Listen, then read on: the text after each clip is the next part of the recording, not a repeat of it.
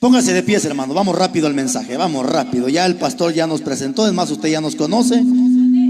Así que ahorita vamos a lo importante, que es la palabra de Dios, hermanos. Quiero que me acompañe al segundo libro de Reyes, capítulo 20, versículo 1. Segundo libro de Reyes, capítulo 20, versículo 1. Dice la Biblia en el poderoso nombre de Cristo Jesús: en aquellos días cayó enfermo, ¿qué dice? Bueno, en aquellos días Ezequías cayó enfermo de muerte, y vino a él el profeta Isaías, hijo de Amós, y le dijo: Jehová dice así. ¿Qué le dijo? Ordena tu casa, porque morirás y no vivirás. Siéntese, hermano, por favor. Me alegro al escuchar que los hermanos también están por fe, hermanos. Me alegro. Escuchaba que el siervo decía que se mantienen por fe, ¿verdad? Me alegro, siervo.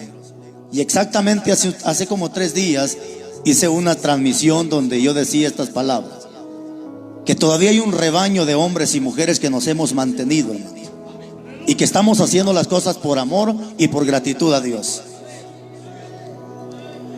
Son 2 cosas, y se las explico porque el domingo voy a tocar ese tema donde yo congrego, el tema de la avaricia, que es el amor hacia el dinero. Son 2 puntos importantes que a mí me está costando, iglesia amada. Primer punto importante que a mí me cuesta es, por ejemplo, la bienvenida que el pastor me dio. Hermanos, créanme que el orgullo está a la puerta de cada uno de nosotros, ¿cierto o no cierto? Y si hay algo que de nosotros debemos de guardarnos, es del orgullo. Porque cuando el orgullo se manifiesta en una persona, 16:18 de Proverbio dice que nadie fracasa si que antes el orgullo se manifiesta en esta persona. Y a veces me da pena cuando me presentan. ¿Por qué? Porque siento que el orgullo quiere entrar. Por eso yo no me presento en las congregaciones, porque al final no me llaman a presentarme, me llaman a que presentemos a Cristo Jesús. ¿Cierto o no cierto, iglesia? Lo más importante es presentar a Cristo. Y a veces no quisiera hasta ponerme estas cositas como tacuches y la cuestión, pero si me lo pongo por el frío, hermanos. No porque sienta orgullo, o la cuestión es por el frío, hermanos. Hoy quiero compartir este mensaje y quiero que usted me haga un gran favor. Voy a tratar la manera de ser directo, conciso y concreto. Y vamos a aplicar lo que Pablo dijo en la congregación: prefiero hablar 5 palabras con el entendimiento que 10,000 que la gente no entienda. O sea, vamos a aplicar, es mejor unos 25, 30 minutos de mensaje bien hecho, a que les predique 2 horas y usted se duerme en su silla. Al final he entendido que el sabio con pocas palabras se entiende, hermano. El necio, dice Salomón, aunque se le maje con mortero en un pisón, el necio nunca dejará su necedad. Hágame un gran favor, toque al que está a su lado. Tóquelo. Y dígale: ¿ya arreglaste tu casa? Dígale. ¿Ya arreglaste tu casa? Ser un adorador en los momentos de los coros y de la alabanza es fácil, iglesia. Porque en los coros, en las alabanzas, cualquiera brinca, salta y hasta cualquier locura hace. El problema es cuando viene la palabra de Dios. Y ojalá en medio de esta congregación no vaya a haber un cochino de aquellos que dicen: hermano, ¿y usted por qué juzga? Si la Biblia dice que no hay que juzgar. Cállese la boca, hijo de Satanás, y escuche palabra. Porque ese versículo de no juzguéis es el que ha tomado a este montón de marranos para que usted no le señale el pecado. Pastor, ¿y dónde dice que son marranos? Segunda de Pedro 2:20 dice que son marranos que no abandonan el pecado y que se revuelcan en el lodo como el mismo marrano. Ahí empieza el problema. Quiero compartirles este mensaje y le hemos titulado: arreglando nuestra casa. ¿Cómo le dije? No la casa de tu vecino, la tuya. La tuya. Aquí encontramos una palabra, iglesia amada, que de hecho puede poner a temblar a cualquier tibio en las congregaciones. Aquí vemos cómo Ezequías estaba gravemente enfermo.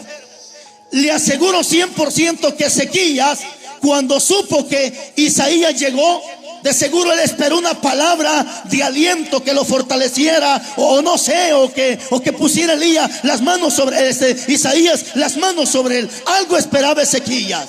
Pero sin embargo, hermano, cuando llega este muchacho, no llegó a poner las manos sobre él, ni tampoco llegó a darle una palabra de aliento, o como algunos profetas andan por ahí diciendo: este es tu año agradable, este es tu año de prosperidad, este es tu año de bendición. Y les aseguro que si un payaso de esos hubiese venido, este lugar estaría a reventar. Pero como sabían que venía palabra confrontativa, hasta pastores tibios no quisieron presentarse, porque saben que la palabra les golpea y les ofende. Pero esta verdad nunca ofenderá a las ovejas. Esta verdad es ofensa para los cabros. Ezequías necesitaba una palabra, pero sin embargo no fue eso. Llega, oiga, este muchacho y le dice: así dice Jehová, arregla tu casa. Hermanos, este tema es demasiado profundo, hermanos. Déjeme que vaya directo con esto. ¿Cuál es el problema que tenemos en el año 2024? ¿Cuál es el problema que tenemos? Tenemos un montón, hermanos, me voy a echar en cuenta. ¿Sabe por qué? Dios bendiga a mi hermana Lisbeth. Ella, gracias a Dios, conoce a mi esposa, conoce a mis hijos. Ya tengo muchachos grandes, sabe dónde pastorea, conoce la casa donde Dios me tiene viviendo, conoce la congregación. Ahora, siempre me gusta señalar a los evangelistas, directores de alabanza, ministros de alabanza, pero mi problema no es con ellos, hermano. Mi problema no es con el pastor, mi problema no es con las mujeres, mi problema no es con los curas, mi problema es con el pecado que el diablo ha metido con toda esta gente. Así que si por ahí usted se siente ofendido, mi problema no es con usted, porque la Biblia dice que no tenemos lucha contra sangre ni carne, sino con el diablo y los demonios. Que el Señor lo reprende, iglesia amada. Pero ¿cuál es el problema que tenemos en este año 2024? Pastores, evangelistas, ministros que andan arreglando casas ajenas cuando sus propias casas están patas arriba. Y a veces me preguntan: pastor, ¿y por qué no trae a su familia? Por muchas razones. Una, porque mi esposa, cuando yo no estoy, se queda en la iglesia también al frente de la obra. Dos, mis hijos estudian. Tres, mis hijos tienen compromiso en la iglesia. Quisiera a veces todo el tiempo andarlos conmigo, pero ellos también están trabajando en la obra de Dios. Pero Dios bendiga a las personas que han llegado a visitarme al hogar donde Dios me tiene. Y qué bueno, porque a veces hay personas que nos visitan sin avisarnos, nos agarran de repente. Y eso es bueno, que tú visites a una persona sin avisarle. ¿Sabe por qué? Porque si tú le avisas, es capaz que la vieja cochina se quite el pantalón y se pone la falda, porque sabe que tú la vas a visitar. Pero es bueno que tú visites a la gente así de repente, para que sepas quién realmente es esa persona. Porque en la iglesia el ministro está entacuchado, encorbatado, vaya a verlo en su casa enchorado y todavía con la gran panzota pelada y peluda. ¿Por qué? Porque en la iglesia son una cosa y en la calle son otra cosa. Arregla tu casa. No quieras venir a hacer luz en la iglesia y en tu casa eres tiniebla. No, luz en la casa y luz en la iglesia. Arregla tu casa. Mire. Primero nuestra casa. Y si nos queda tiempo, vamos a reprender allá afuera. Pero yo creo que tan ocupados vamos a estar corrigiendo nuestra casa que no nos va a quedar tiempo de ir a corregir casas ajenas. ¿Cuál es el problema que tenemos hoy en día, hermano? Tenemos un montón de gente que anda tratando la manera de querer corregir a la esposa del vecino cuando su esposa está patas arriba. Hombres que andan queriendo corregir a los hijos del vecino cuando sus hijos están más perdidos que cualquier impío. Iglesia, las cosas no son así. Dios te está diciendo: arregla tu casa. Tu casa. Es que ¿cuál es el problema, hermanos? ¿Cuál es el problema? El problema es que muchas veces se nos da el tiempo, hermano, queriendo corregir a la familia. Pero la pregunta es: ¿cómo están nuestros hijos? ¿Cómo está nuestra familia en la casa? Hermano, cuando te hablo de tu familia, te estoy hablando de los que viven bajo tu techo. Si tu papá, tu mamá vive bajo tu techo, pues ahí tiene. ¿Sabe por qué papá y mamá casi no me visitan? Porque sabe que los que me visitan en mi humilde hogar tienen que ser personas que entren de acuerdo al corazón de Dios. Siempre platico con mis hijos hijos y les digo: mijos, aunque son hombres grandes, aunque son muchachas grandes, pero ellos saben que mientras viven bajo mi techo, ahí no mandan los hijos. En la casa manda papá y mamá. Y si le gusta al hijo, que viva bajo techo. Y si no le gusta, pues como el hijo pródigo, que vaya y busque allá afuera. Y cuando tú ordenas tu casa y tienes a tu familia, vas a tener credibilidad y vas a tener veracidad. Pastor, ¿crees que es credibilidad? Credibilidad es que la gente va a creer a lo que tú predicas y va a decir: es cierto, es que el hombre predica fuerte, pero mire cómo están sus hijos. Excelente, excelente. Veracidad es verdad. ¿Cuál es el problema que tenemos hoy en día? Montón de siervos hablando verdad, verdad que ellos mismos no viven. Hermano predicador, a Dios no le impacta que tú prediques verdad. A Dios lo que le impacta es que la verdad que sale de nuestra boca, nosotros seamos hacedores de esa verdad. ¿De qué te sirve que estés hablando verdad si tú no vives la verdad? Arregla tu casa. Arregla tu casa. Ahora, ahí te va. Y cuando la casa del ministro está patas arriba, le hace falta veracidad. ¿Sabe por qué mucho ministro ahorita no quiere hablar verdad? Porque su casa la tiene patas arriba. Mire para acá. ¿Sabe por qué usted muchas veces no predica la palabra como tiene que ser? Porque su casa está patas arriba. ¿Cómo le vas a decir a tu vecina: mire, su hija anda pintada, si la suya la tiene peor que payasa? ¿Cómo le va a decir a su vecina: hermana, mire, su niña empantalonada, si también usted misma le pone los pantalones a su niña, vieja sinvergüenza? Y aunque algunos están aquí, hermanos presentes, son enemigos de esta verdad, y solo verles en el rostro se les mira los endemoniados que están, pero aquí están, hermanos, aquí están.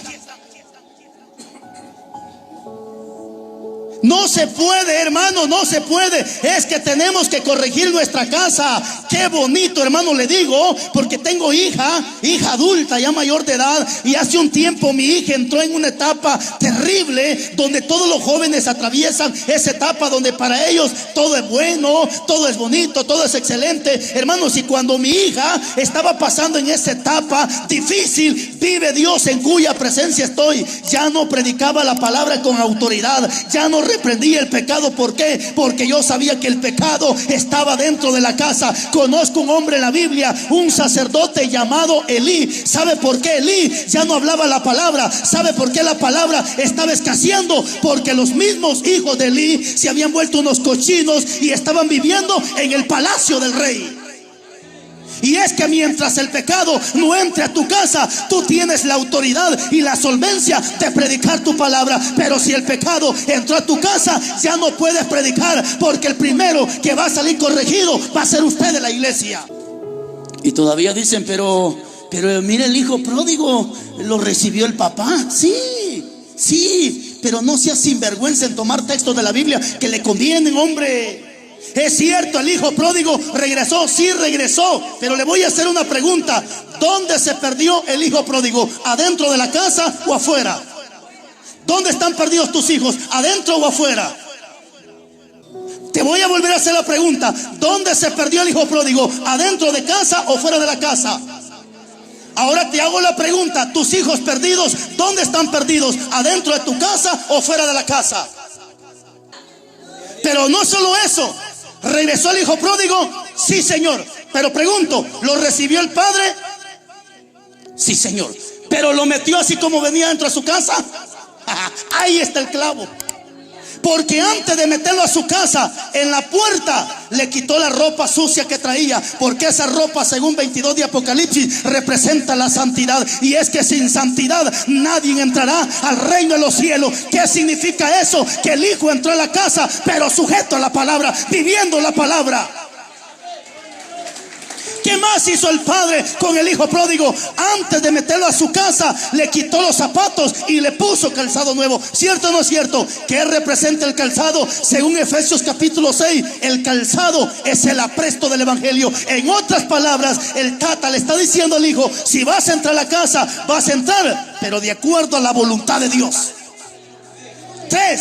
¿Qué más hizo el padre con el hijo pródigo? Antes de meterlo, le puso un anillo en la mano. ¿Cierto o no es cierto? ¿Qué representa ese anillo? Según la Biblia, autoridad y compromiso. Ahora sí, le quitó los zapatos, le pone anillo, le pone la ropa. ¿Qué dijo el padre? Hagamos fiesta. Hoy los tatas están haciendo fiesta con sus hijos muertos espiritual adentro de su casa. ¿Lo tiene? Hechos capítulo 1 versículo 8. Dice su Biblia: pero recibiréis poder. ¿Cuándo?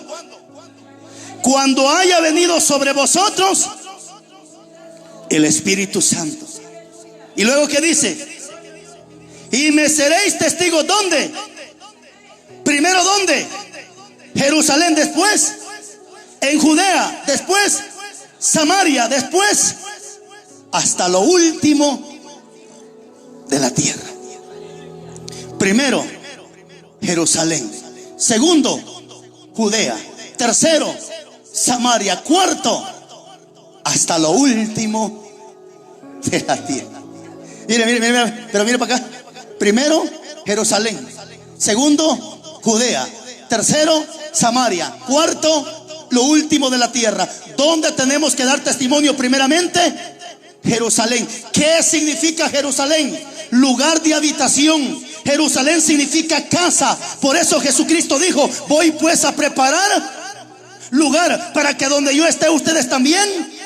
¿Y cómo se llama esa casa que Cristo fue a preparar? La Nueva Jerusalén, porque Jerusalén significa lugar de habitación. Cuando Dios está diciendo: y me seréis testigos en Jerusalén, me está diciendo: en mi casa.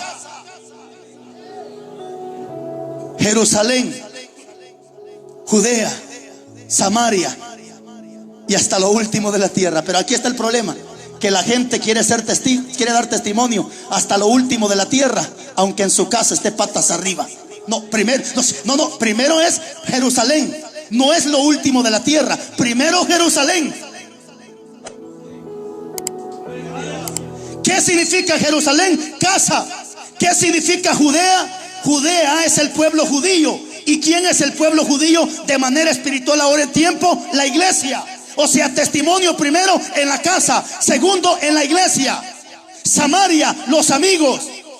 Lo último de la tierra, otro país. No puedo yo ir a otro país a dar testimonio que Dios cambia cuando mi casa está patas arriba. No puedo ir yo con el vecino a decirle que Dios transforma cuando mis hijos son los marihuanos de la colonia. No se puede.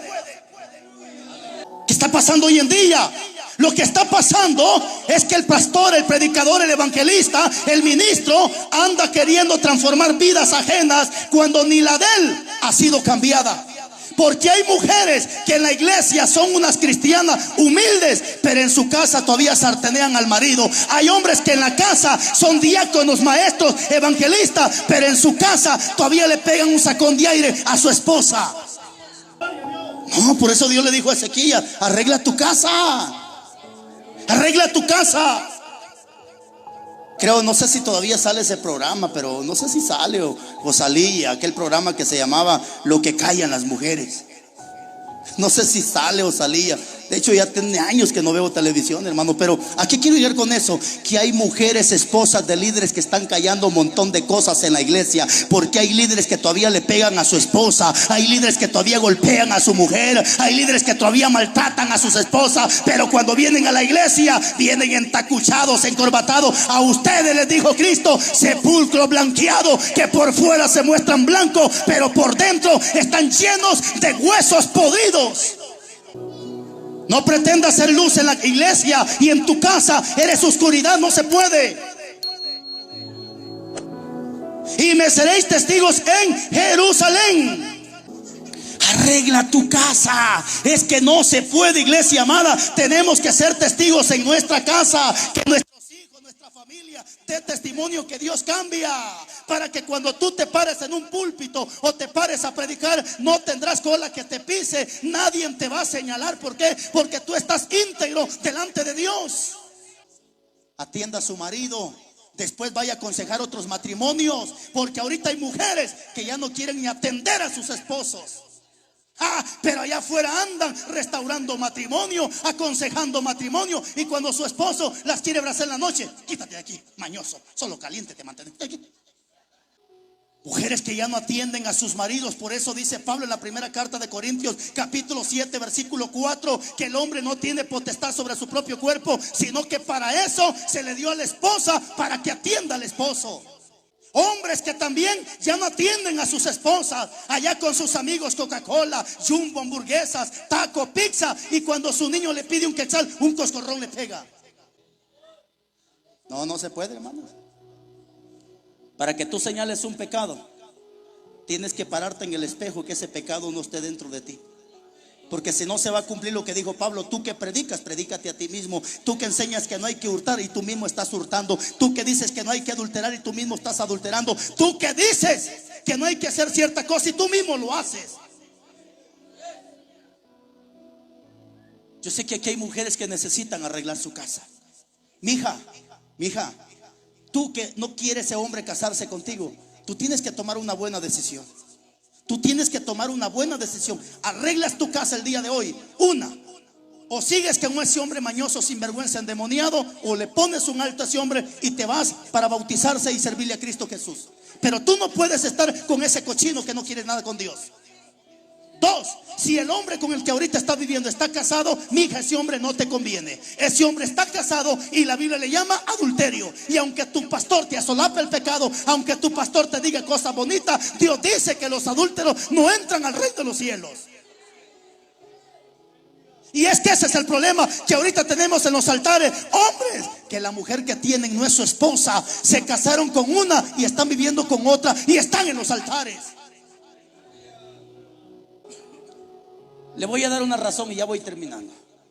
¿Cuál es el problema que nos está pasando a nosotros los pastores? Me incluyo. ¿Cuál es el problema que nos está pasando? Que nos hemos dedicado a cuidar la obra de Dios. Nos hemos dedicado a cuidar la iglesia, pero estamos descuidando a nuestra familia. Predicador, varón, mujer, ¿cuándo fue la última vez que le diste un abrazo a tu hijo, el mayor de edad? ¿Cuándo fue la última vez que le dijiste a tu hijo: ánimo, campeón, vamos, te amo, te quiero mucho? ¿Cuándo? ¿Verdad que te gusta andar abrazando niños que no son tuyos? ¿Por qué no abrazas al tuyo? ¿Te gusta andar abrazando hijos que no son tuyos? ¿Por qué no abrazas a los tuyos? ¿Cuándo fue la última vez que le diste un abrazo a tu hijo? Al mayor, no al chiquitín, porque el chiquitín a cada rato lo abrazas, lo besas y cuánta cosa. Pero ¿y a los grandes? Pero aquí viene a hablar de amor. Ese amor dáselo a tus hijos. Ese amor hace falta en la casa. Ya van menos, amén. No le vayan a echar el clavo al pastor, hermanos. Mejor peleense con Dios, porque Dios fue el que le puso a él en el corazón y a la iglesia que nosotros estuviésemos. Y no se vaya a enojar. Dele gracias a Dios, porque Dios al hijo al que ama lo corrige. Y si hoy llegó corrección a este lugar, desparramos, porque Dios ama este pueblo.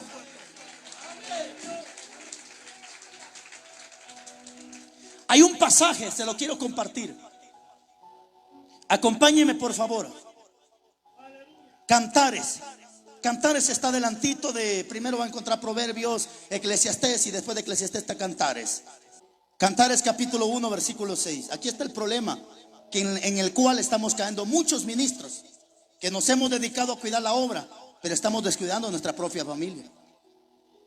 Cantares capítulo 1 versículo 6. ¿Lo tiene? Y si no lo tiene, no se preocupe, pare las orejitas, por favor, después se lo doy. Dice la Biblia: no repares en que soy morena, porque el sol me miró y los hijos de mi madre se airaron contra mí. Ahí viene. ¿Qué dice? Me pusieron a guardar las viñas. ¿Y qué dice? Y mi viña, que era mía, no guardé. ¿Por qué estás cuidando viña ajena? ¿Por qué estás cuidando familia ajena y la tuya no? ¿Por qué estás cuidando niños ajenos y los tuyos no? Vaya a ver la casa de la sierva. Está igual que su cabeza, toda despeinada, pero le gusta andar arreglando casas ajenas. Hay mujeres que no se mantienen en su casa por ir a barrer la casa de la vecina, por ir a trapear la casa de la vecina, aunque su casa está patas arriba igual que ella. ¿Qué está diciendo Salomón? Me pusieron a cuidar las viñas, las de manera general. Pero ¿cuál es el problema que él divisó? Pero la viña que era mía, no la cuidé. Eso está pasando hoy en día. Evangelistas que andan predicando allá afuera, dando amor en la calle, cuando ese amor hace falta en la casa.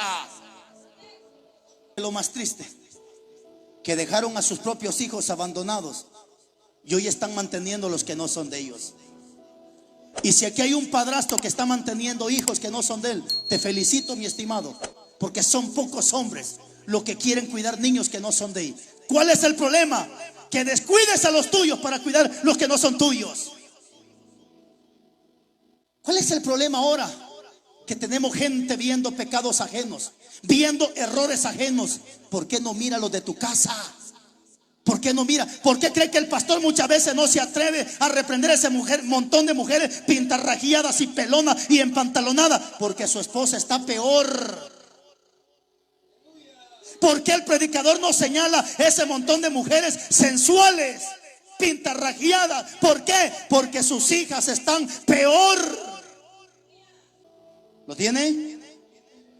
1 Timoteo capítulo 3 versículo 4 dice la Biblia: que gobierne bien, ¿qué dice?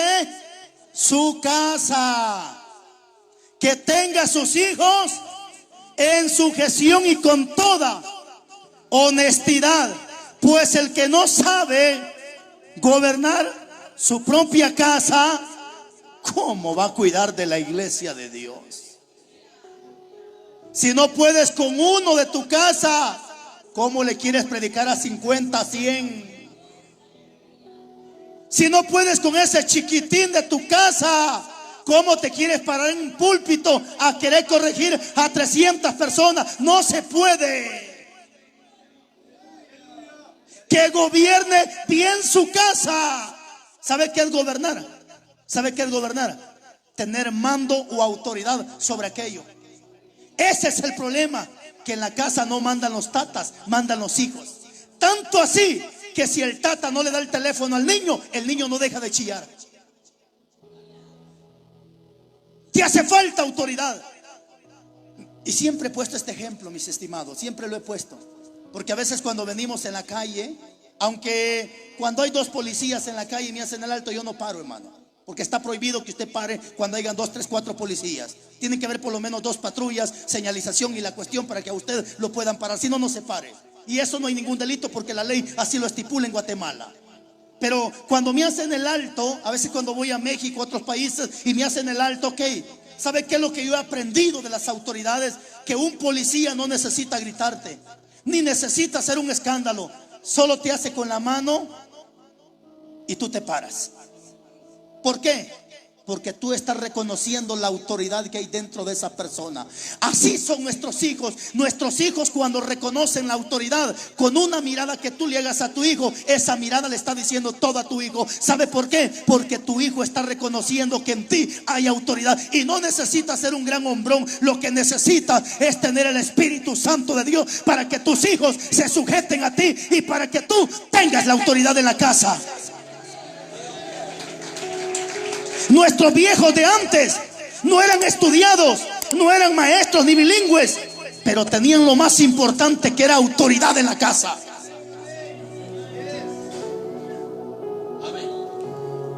Mire cómo hacen berrinche los niños. Hasta que se le da el celular, el niño se calla. Ay, papá. A veces me ha molestado en la iglesia donde pastoreo, porque siempre vivo corrigiendo. Porque a los niños una vez les hablo y les hago con el dedo y los niños van corriendo a sentarse. Los tatas le están gritando a sus hijos, ni caso le hacen. ¿Por qué, hermano? Porque muchas veces el tata quiere que sus hijos se sujeten a él, cuando él no se sujeta a Dios. Y las cosas no funcionan así. Que gobierne bien su casa. ¿Quién es el encargado de gobernar en la casa? Usted, papá. ¿Por qué deja que se meta la suegra? Vieja metiche, suegra, deje de estarse metiendo en la vida de los nietos. ¿Está oyendo, vieja metiche? ¿Está oyendo? Usted es el encargado de gobernar su casa. Porque a veces dice la señora: es que yo no le compré el pantalón a mi nena, fue la suegra, la abuela. Pues dígale a esa vieja metiche que es usted el que manda en la casa. Mire, ahorita para el 15 de septiembre, allá va a andar el niño del pastor, del evangelista, del maestro, tocando música mundana. ¿Cuál va a ser la excusa de la señora? Es que la abuela. Es que usted es el encargado de gobernar su casa. Hermano, esta semana lo he estado gritando, porque no se vale que los hijos de los cristianos van a andar para el 15 de septiembre tocando música mundana, bailando con música mundana y haciendo cuanta cosa en el mundo, cuando se sabe que son tus hijos. Primero es tu casa, primero son tus hijos, primero tu familia, y después corrijamos a la gente. Hay padres que cuando le dan queja de sus hijos: oh, desgraciado, ¿cómo se mete conmigo? Mi hijo no se meta, mi hijo aquí. Deje estar defendiendo a su hijo. ¿Sabe qué le he dicho a algunos hermanos en la iglesia donde yo pastoreo? Cuando me den queja de mis hijos, hasta les voy a pagar. ¿Y sabe por qué lo hago? Para que mis hijos tengan miedo y se den cuenta que no solo tienen que cuidarse de mí, sino de un montón de ojos. Pero eso sí, no por andar viendo la gente ajena vas a descuidar a los tuyos. Hace un tiempo atrás habían 2 pastores, y eso no es una anécdota, es algo real. Y son mis vecinos, hermanos, son mis vecinos.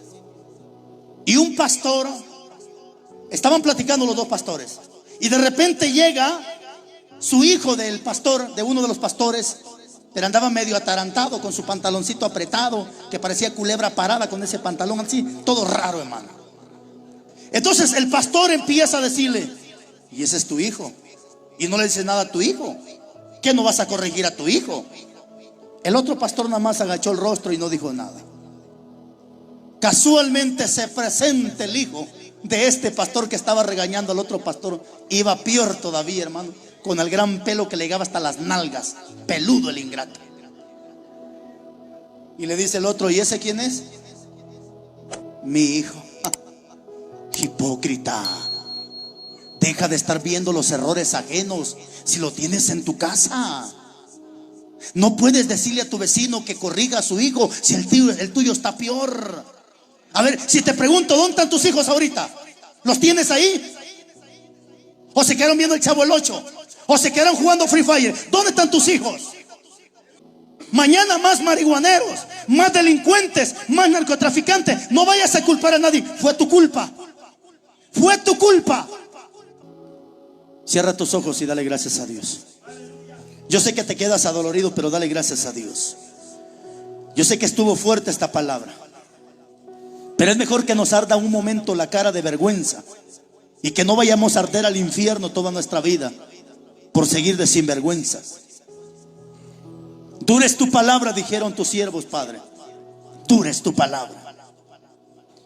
Pero gracias, porque al final he aprendido que debo de corregir mi propia casa, que debo de ver a mi propia familia, para que después con toda solvencia, autoridad, credibilidad y veracidad pueda pararme frente a mucha multitud, Dios mío. Gracias.